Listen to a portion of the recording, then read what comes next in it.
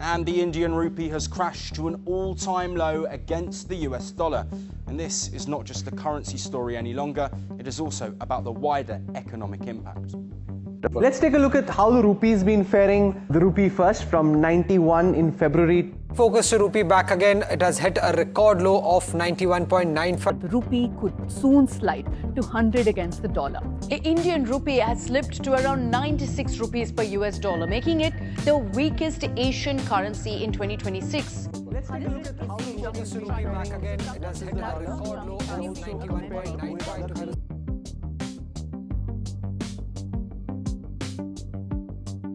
Hey Fractions, today we are here to discuss about a finance topic, and the topic is something that actually intrigued me to go deeper because I used to listen to news every day, and every day I would hear news readers continuously telling that the rupee has fallen against the dollar, and that kept intriguing me. And few conversations with my friends who are into politics told me that the government is not doing anything to help this. But the questions that were running in my mind is that India is now become the fourth largest economy in the world, and what India was 10 years back is not the same, and India is seen as a powerful country right now, and how can this keep happening? And that was my question that led me to understanding more about it, and I'm here to share that knowledge with you all, with whatever I have learned. A failing rupee is often presented as evidence of a failing economy, but exchange rates are not determined by a single government, policy, or event.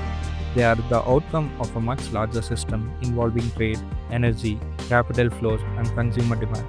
Understanding that system is the purpose of this video. Why Indians secretly strengthen the dollar? Every few months, the same headline returns.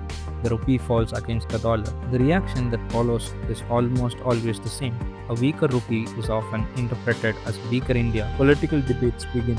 Governments are praised or blamed. Comparisons are made with previous decades when $1 could buy far fewer rupees. The conclusion sounds simple. If the dollar is getting stronger and the rupee is getting weaker, then something must be going wrong. The problem is that exchange rate doesn't work that way, and a currency of a particular country should not be seen as a report card. It is not a direct measure of economic success or failure. It is simply the price of one currency relative to another, influenced by a network of factors that extend far beyond a single government and a single policy or a single headline. Energy imports influence it, global investors influence it, trade flows influence it, interest rates influence it, consumer demand influences it. And because of all these forces interact at the same time, the final number that appears on the currency card is often far more complicated than it seems. And to understand why rupee moves, we need to understand a much bigger system. What brings us to an important question: why does the world demand dollar in the first place? If we don't answer that question, then the conversation about rupee versus dollar will not really make sense. Chapter 1: Why the world runs on dollar. The answer begins more than 70 years ago. At the end of Second World War, much of Europe had been devastated. International trade needed stability, and countries needed a financial system that could support reconstruction and future growth. In 1944, representatives from 44 countries met in Bretton Woods, New Hampshire. The objective was straightforward: create a framework that could stabilize global trade and finance.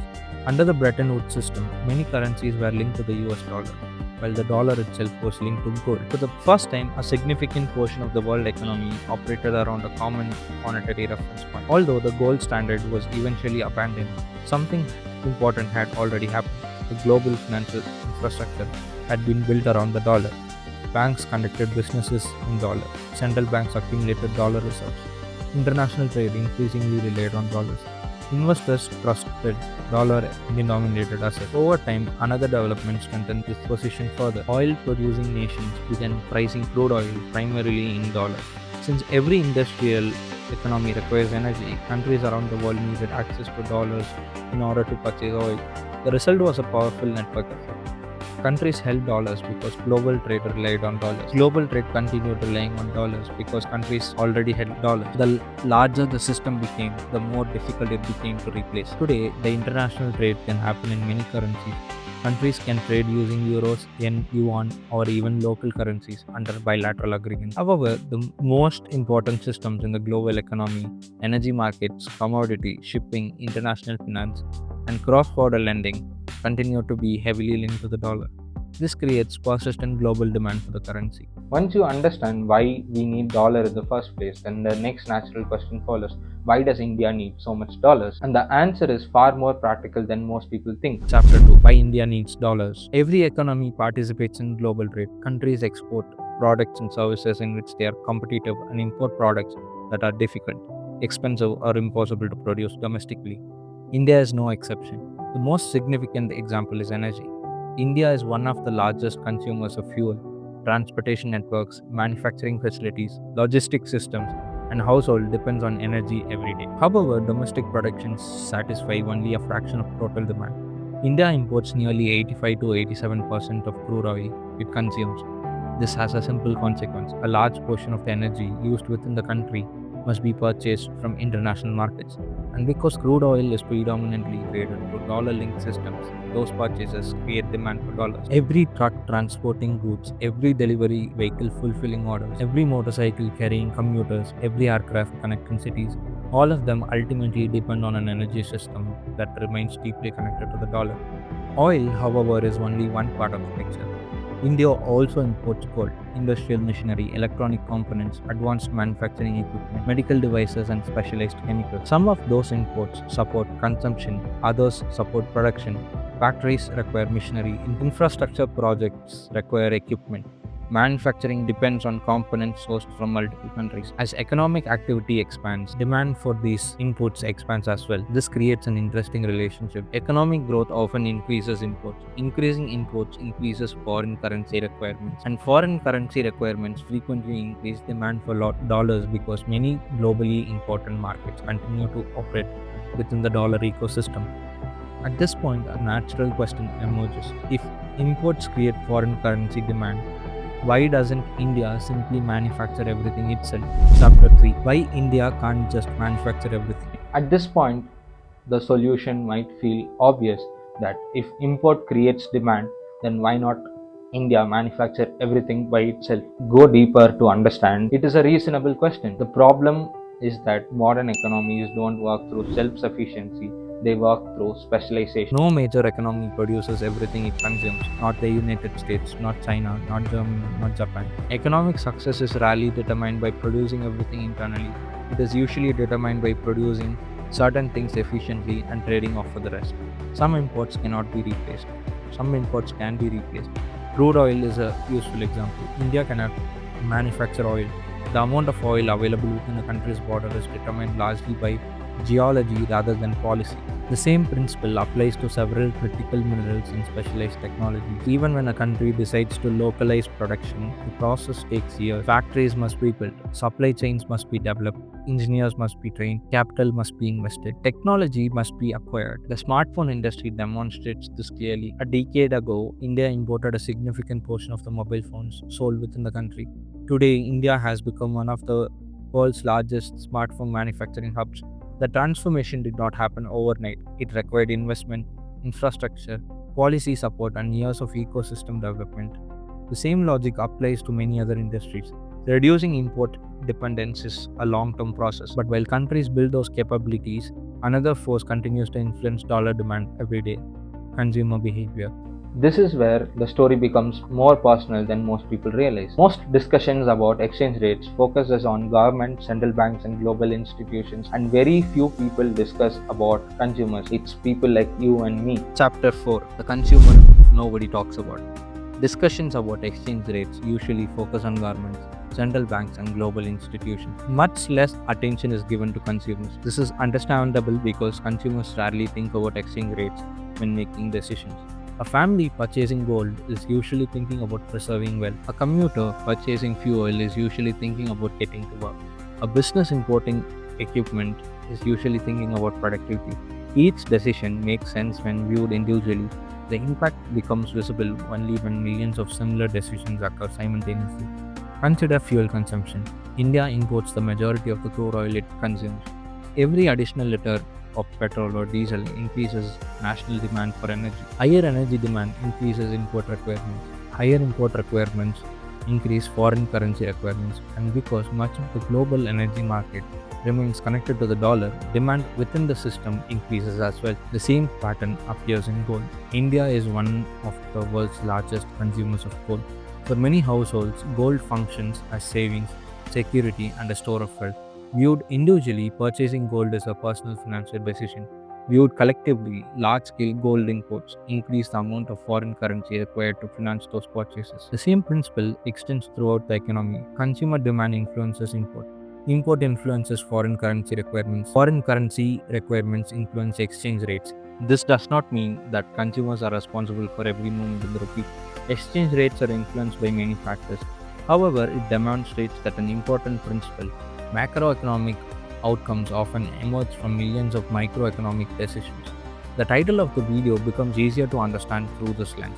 Indians do not strengthen the dollar intentionally. Yet millions of everyday decisions can collectively influence the economy in ways most people never notice. Not intentionally, but inevitably. But consumers are only one part of the story, but there is another group that could influence the market faster than the consumers could, which is investors. Chapter 5: The Investor Effect. And this is one of the biggest misconceptions people have about exchange rates. A currency can weaken even when there is fundamentally nothing wrong with the economy. Unlike consumer behavior, which influences economies gradually, capital flows can influence markets rapidly. Every day, investors move billions of dollars across countries searching for better returns and lower risk. These movements influence exchange rates just as much as trade. To understand why, consider a simple example.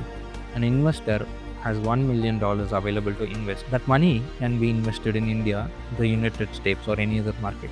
The decision depends on expected returns. Suppose interest rates in the United States increase significantly, American government bonds suddenly become more attractive. Investors around the world begin shifting money into dollar-denominated assets. To make those investments, they need dollars. Demand for dollar increases.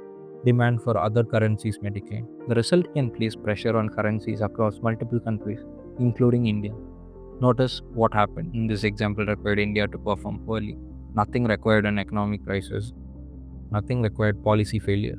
The movement was driven by global capital seeking better returns. Sometimes money moves to wherever the investor sees better opportunities. They are not just influenced by the exchange rates. Exchange rates are not influenced by what happens inside the country. They are a lot of time influenced by a lot of things that happen outside the country. This is one of the reasons economists avoid using exchange rates as a simple measure of national performance.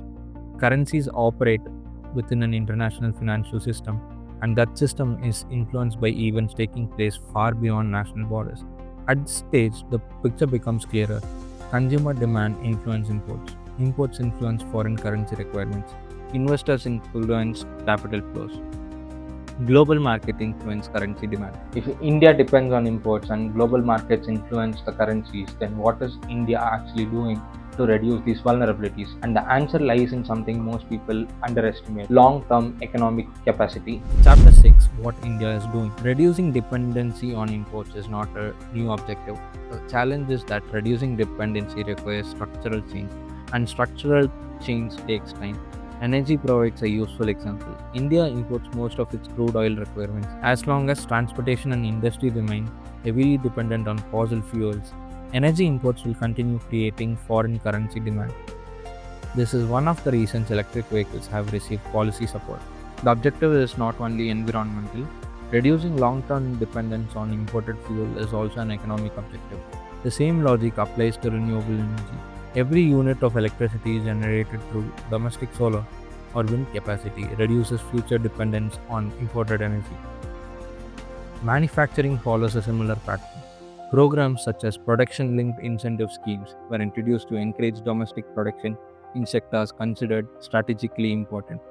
Electronics provide a useful example. A decade ago, India imported most finished smartphones. Today, a substantial portion of smartphones sold in India are manufactured domestically. Exports have increased significantly. This does not eliminate imports completely. Modern manufacturing still depends on global supply chain. However, it demonstrates that important dependence can be reduced over time when domestic ecosystems become competitive. Infrastructure investments serve a similar purpose. Ports, freight corridors, industrial corridors, railways, logistics network. All of these improve productivity and competitiveness. None of these initiatives produce immediate results, but exchange rates are influenced by a long-term economic capacity. And long-term economic capacity is built through investments that often require years to mature. Which brings us to another question. If the rupee has weakened over time, does that mean India is getting weak? Chapter 7. Is India actually weak? The answer entirely depends on what you are measuring, because economic strength cannot be reduced to a single number on a currency chart. The question is whether the rupee buys fewer dollars than it did decades ago. The answer is yes. If the question is whether the fact alone proves economic weakness, the answer is far less straightforward. Economic strength cannot be measured using a single indicator. Output matters, productivity, infrastructure, exports, innovation, investment, employment, financial stability, all of this contribute. A currency can weaken while an economy continues expanding. Similarly, a country can maintain a relatively stable currency while facing significant structural changes elsewhere. The relationship is more complex than a single exchange rate. India today is dramatically different from the India of the 1960s and the 1970s and even the 1990s. Infrastructure has expanded, manufacturing capacity has increased, technology adoption has accelerated, the services sector has become globally competitive, millions of people have entered the formal economy, consumption has grown significantly. Comparing today's exchange rates with historical exchange rates without considering these structural changes creates an incomplete picture. A weaker rupee can increase import costs, it can increase inflationary pressure, it can affect businesses and consumers.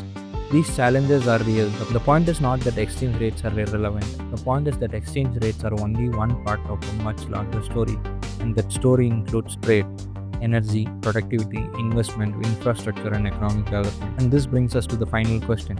If consumers are part of the system, what can consumers realistically do? Chapter 8. What can consumers actually do? The purpose of this discussion is not to assign blame, it is to help you understand the system. Because once you understand how the system works, you stop reacting to the headlines and start asking better questions. Economic growth requires consumption. Rising living standards naturally increase demand for goods and services.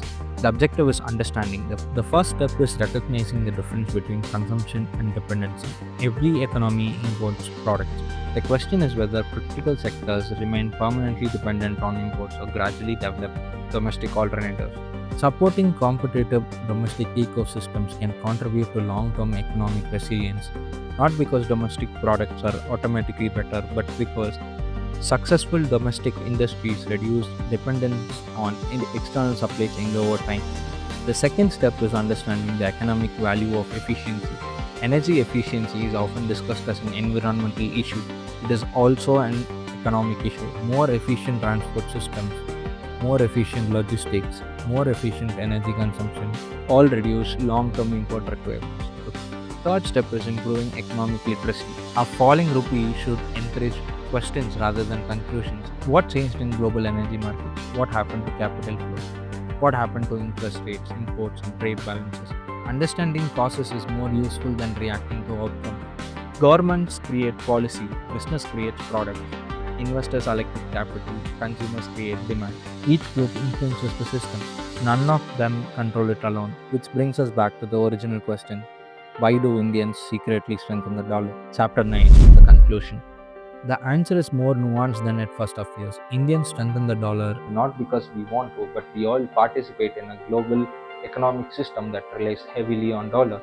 Every liter of imported petrol, every ton of imported gold, every imported component used in manufacturing, every international transaction that is still tied to a dollar-based system. All of it contributes to the demand within the system. The important point is not to find who to be blamed. The important point is to understand how the system works. Because a falling rupee can never be explained by a single government, a single policy, or a single event. It is outcome of a trade, energy, capital flows, investor behavior, business decisions, consumer demand, and history itself. The next time you see a headline about rupee falling down, don't ask who caused this, but ask what changed within the system, because that is where the answer usually begins.